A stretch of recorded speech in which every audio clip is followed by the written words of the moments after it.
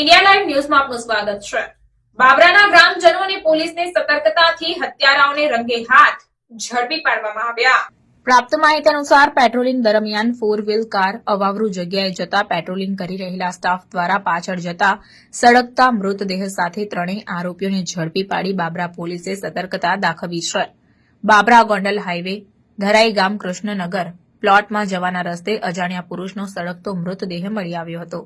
Babra Gondal highway ધરાઈ ગામ કૃષ્ણનગર પ્લોટમાં જવાના રસ્તે આશરે 3:15 શંકાસ્પદ ગાડી આવતા કૃષ્ણનગર પ્લોટમાં રસ્તે જતા તેમની પોલીસને જાણ કરતા બાબરા પોલીસ એક્ઝેક્ટ લોકેશનની બાજુમાં નીકળતા ત્રણ આરોપીઓને રંગે હાથ દબોચી લેવામાં આવ્યા અને પુરાવાના નાશ કરવાના ઈરાદે ત્રણેય આરોપીઓને જાતે પોતાના શર્ટ મૃતદેહની સાથે સળગાવી દીધો હોવાનું પણ જાણવા મળ્યું। મરણ જનાર પુરુષ આશરે 55 થી 56 વર્ષનું હોવાનું અને ભાવનગરના હીરાના વ્યાપારી હોવાનું અનુમાન લગાવાયું છે।